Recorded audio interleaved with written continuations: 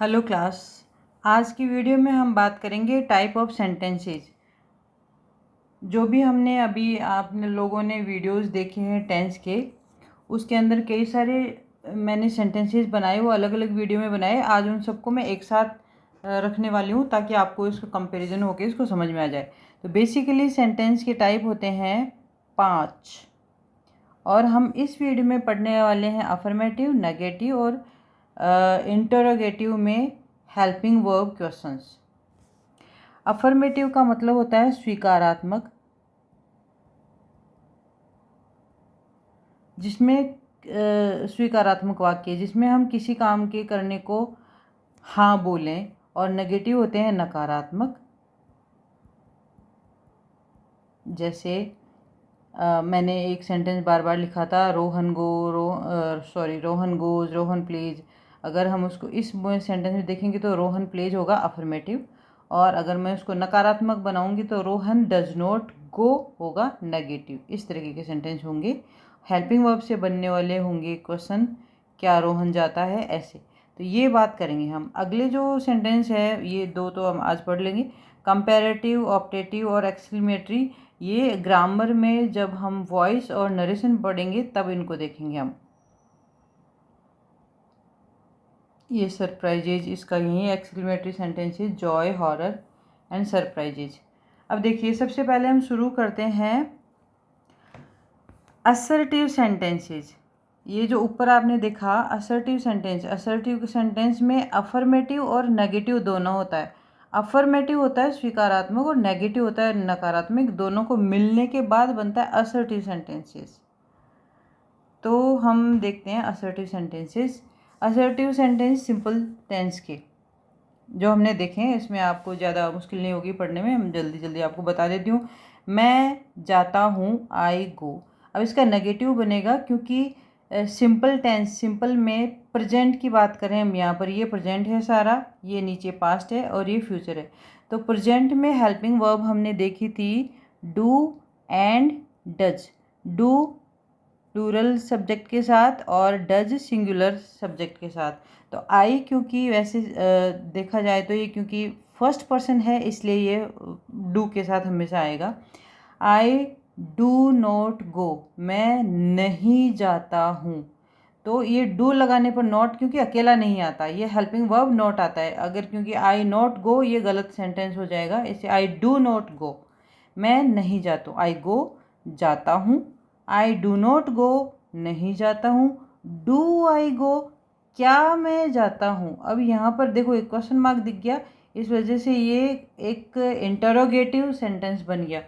तो इंटरोगेटिव में कोई भी हेल्पिंग वर्ब अगर शुरू में आ जाती है तो उसका अर्थ निकलता है क्या। क्या मैं जाता हूँ।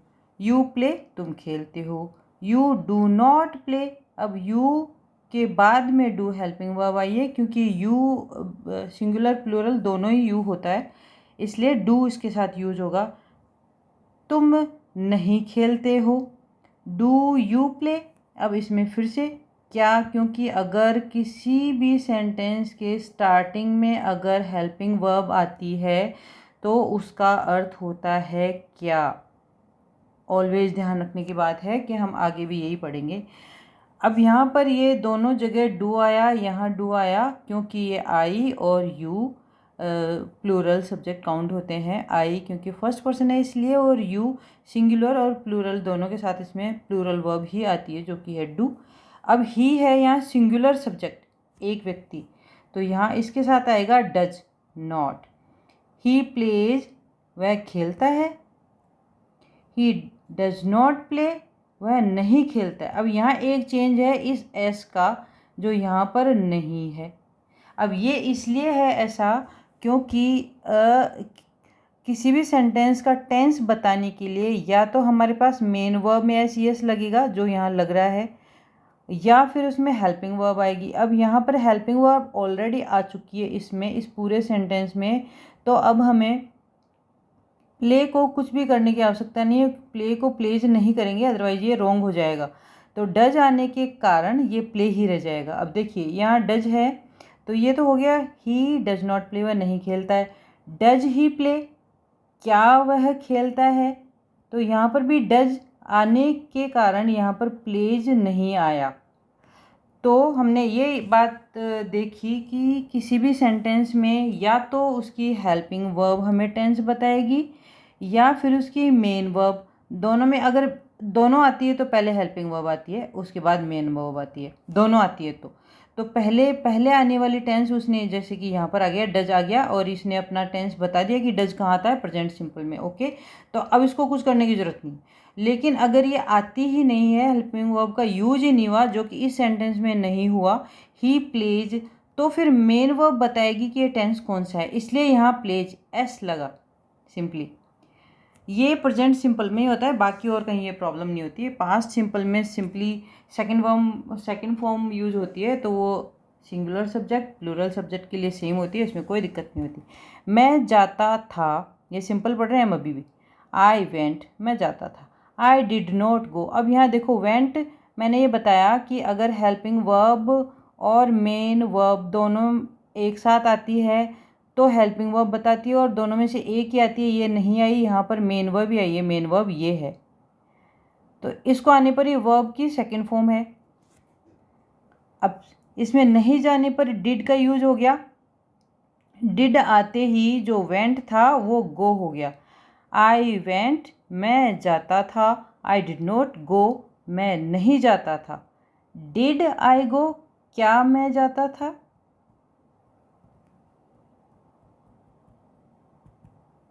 ये फिर से क्या बन गया, ये हमने ऊपर भी देखा कि जितना भी जो अपने हेल्पिंग वर्ब अगर सबसे पहले आ जाती है तो उसका अर्थ निकलेगा क्या क्या क्या, ऑलवेज क्या।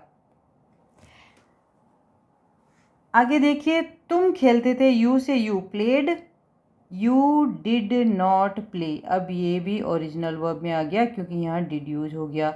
डिड यू प्ले, ये सेम है सब में। वह खेलता था, he played, he did not play. अब जो शुरुआत में डू डज आ रहा था प्रेजेंट में, अब यहाँ डिड है। डिड सभी के साथ डिड ही आता है, सिंगुलर सब्जेक्ट हो कि वो प्लूरल सब्जेक्ट हो, तो इसलिए यहाँ पर डिड आया है, तो इसमें इंटरोगेटिव में भी सबके पहले डिड आ जाएगा। आगे देखिए, मैं जाऊँगा, I will go, I will go. यहाँ पर विल शैल से मैं के साथ शैल आता है जनरली, पर इन मॉडर्न इंग्लिश मैं आपको कई बार पहले भी बता चुकी हूँ कि will and shall both are correct. तो आई विल गो, मैं जाऊँगा। आई विल नॉट गो, मैं नहीं जाऊँगा। विल आई गो, क्या मैं जाऊँगा। देखिए, ये सब्जेक्ट और फिर हेल्पिंग वर्ब, ये सेम सेम सेम सेम, और सबसे पहले यहाँ पर आया है हेल्पिंग वर्ब, इसलिए इसका अर्थ बनता है क्या, सेम। यू विल प्ले, तुम खेलोगे, तुम नहीं खेलोगे, क्या तुम खेलोगे। ही विल प्ले, वह खेलेगा, वह नहीं खेलेगा, क्या वह खेलेगा। ये हो गया अपना सिंपल टेंस। अब आगे देखते हैं इसमें कंटिन्यूस टेंस में मैं जा रहा हूँ, I am going, I am not going, am I going. मैं जा रहा हूँ, ये हमने देखा था, रहा जहाँ भी आएगा वर्ब की first form plus ing always. रहा का मतलब ये होता है, और इसके अंदर जो हेल्पिंग वर्ब है ये चेंज होने पर इसका बदलाव आ जाएगा। कि जैसे अगर मैं आपको बताऊँ कि आई गोइंग, अब इसके अंदर गोइंग तो प्रेजेंट में भी आएगा, पास्ट में भी आएगा, फ्यूचर में भी आएगा। अब यहाँ पर मैं जो भी हेल्पिंग वर्ब लिखूँगी वही वाला टेंस बन जाएगा, ये तो सब में सेम होगा, इसमें कोई चेंज नहीं होगा।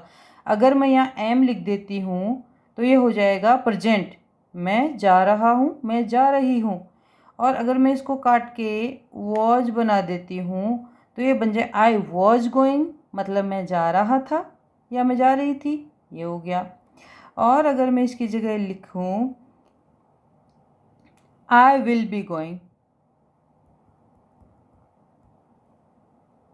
मैं जा रही होंगी। अब आपने ये देखा कि तीनों जगह पे हमने सिर्फ और सिर्फ हेल्पिंग वर्ब को चेंज किया। ये गोइंग सेम रहेगा तो आप में इसमें ज़्यादा प्रॉब्लम आएगी नहीं। आई एम गोइंग, मैं जा रहा हूँ। I am not going, helping verb के बाद नॉट आएगा, अकेला नॉट नहीं आता है। एम आई गोइंग, ये शुरुआत में निकल गया इसलिए क्वेश्चन बन गया। वह खेल रहा है, he is playing, he is helping verb, not playing, is पहले आ गया और क्वेश्चन बन गया इज ही प्लेइंग, क्या वह खेल रहा है। अब पता नहीं हमें खेल रहा है कि नहीं खेल रहा है। आगे देखो, मैं जा रहा था, आई वॉज गोइंग, वॉज इसकी जगह एम आ जाए अगर तो आई एम गोइंग, यानी प्रेजेंट बन जाएगा, ये पास्ट है। मैं जा रहा था, I was going. I was not going, मैं नहीं जा रहा था, ये नेगेटिव है।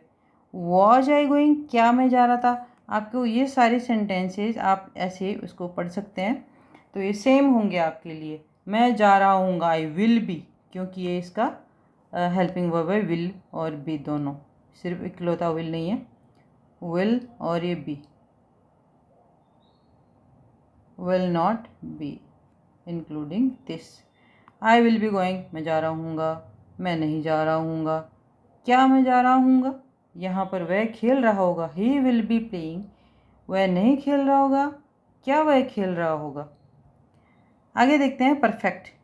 परफेक्ट में सबसे पहले है अपना प्रेजेंट परफेक्ट, तो ये आता है हैज़ एंड हैव से। आई have gone, he has played, तो ये हम पढ़ चुके हैं। वर्ब की थर्ड फॉर्म इसमें हमेशा आती है और इसमें प्लस हैज़ हैव के साथ वर्ब की थर्ड फॉर्म, ये पहले आते हैं और वर्ब की थर्ड फॉर्म बाद में आती है, तो परफेक्ट बन जाता है। आई हैव गॉन, मैं जा चुका हूँ, और अगर मैं यहाँ हैड लगा दूँ तो मैं जा चुका था। आई हैव नॉट गॉन, मैं नहीं जा चुका हूँ। हैव आई, क्या मैं गया। सेम सेंटेंस यहाँ पर वापस से, ही has not played, has he played. अब देखो ये पास्ट में, ये देखा आई हैड यहाँ पर है, ये रहा हैड। मैं जा चुका था, I had gone, I had not gone, had I gone. इतने सारे सेंटेंसेस देख के आपको ज़रूर याद हो गया होगा कि इनका फॉर्मेट क्या है। वह खेल चुका था, ही हैड प्लेड। अब यहाँ पर आई के साथ भी हैड है, ही के साथ भी हैड है, ये रेड है। तो अब इसके अंदर पहले हमने देखा प्रेजेंट में हैज़ एंड हैव, ये सिंगुलर के लिए, ये प्लूरल के लिए। पास्ट में ऐसी कोई प्रॉब्लम नहीं है, हैड एंड हैड, तो इसलिए यहाँ पर भी हैड नॉट, हैड शुरुआत में, ही had not, had he played. वह खेल चुका था, वह नहीं खेल चुका था, क्या वह खेल चुका था। आगे देखिए, मैं जा चुका हूँगा, आई विल हैव गॉन, जा चुका हूँगा। I will have not, I will not have gone, I have gone, क्या मैं जा चुका हूँगा। वह खेल चुका होगा, he will have played, he will not have played. अब यहाँ पर जो विल हैव आता है, इसमें अगर नॉट आएगा तो विल, बीच में नॉट, फिर हैव आएगा। विल ही हैव प्लेड, क्या वह खेल चुका होगा। परफेक्ट कंटिन्यूअस, जिसमें हम प्लस टाइम कर देते हैं, जो कंटिन्यूअस का ही पार्ट होता है, जैसे रहा था, रहा हूँ, रहेगा, लेकिन इसमें टाइम एक्स्ट्रा आ जाता है। और मैंने आपको ये बताया था कि इसमें टाइम के लिए हम दो वर्ड यूज़ करते हैं, सिंस और फॉर। सिंस आता है पॉइंट ऑफ टाइम,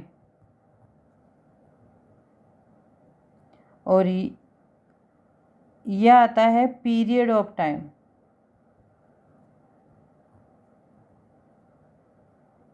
मतलब इसमें काउंटिंग हो जाएगी कि 2, 5, 7, कुछ भी अगर ऐसा आता है तो 4 आएगा। मैं 2 घंटे से चल रहा हूँ, ये देखो 2 आ गया यहाँ पर। हमने बात की थी कि 4 कहाँ आएगा, पीरियड के लिए कोई फिक्स टाइम होगा जब।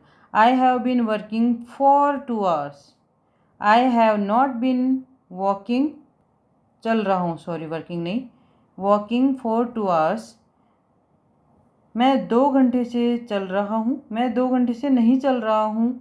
Have I been walking for 2 hours?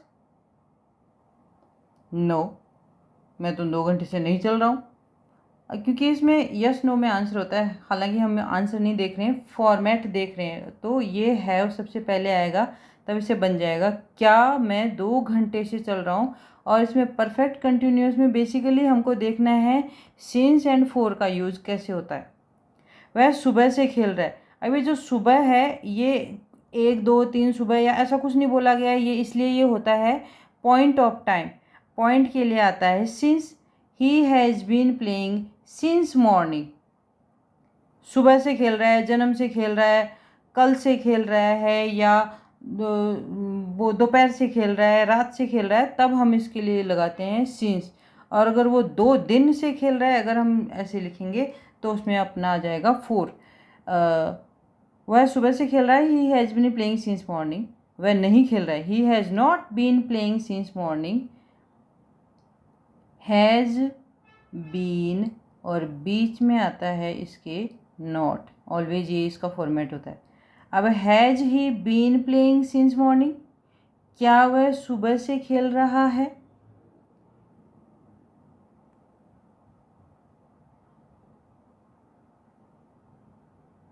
अगला आता है इसका पास्ट, मैं 5 दिन से चल रहा था। अब ये हैज़ और हैव के साथ वर्ब की थर्ड फॉर्म से बन गया। अब यहाँ पर है सिर्फ इकलौता हैड प्लस वर्ब की थर्ड फॉर्म, ये बनता है परफेक्ट। सॉरी, ये इसमें नहीं आएगा क्योंकि थर्ड फॉर्म नहीं आएगी इसमें। थर्ड फॉर्म आती है परफेक्ट में हैड हैव के साथ। इसमें है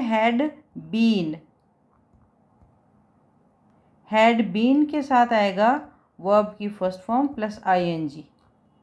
आई had been walking for 5 days, मैं 5 दिन से चल रहा था को हैड बनाता है अगर आता तो हैज हैव आता।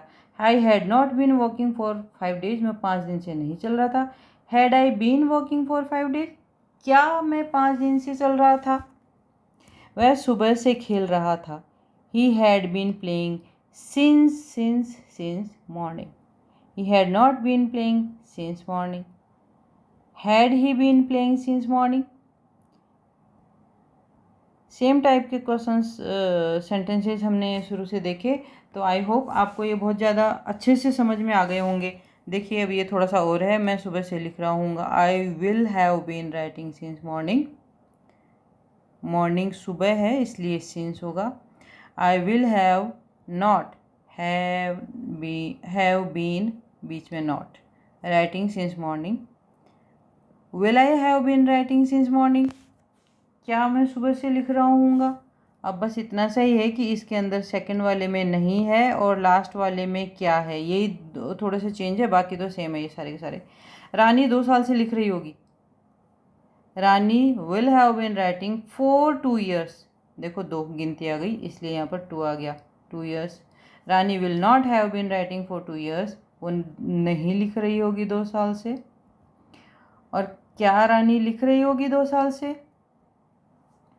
तो ये अपना वीडियो जो है टेंस का कंप्लीट हो गया। इसमें सभी तरीके के सेंटेंसेस मैंने आपको बताए। अब इसके बाद आपको टेंस की एक्सरसाइज मिलेगी जो एग्ज़ाम में आती है। ये सिर्फ समझने के लिए आपके लिए ये मैंने वीडियो बनाया है। Thank you.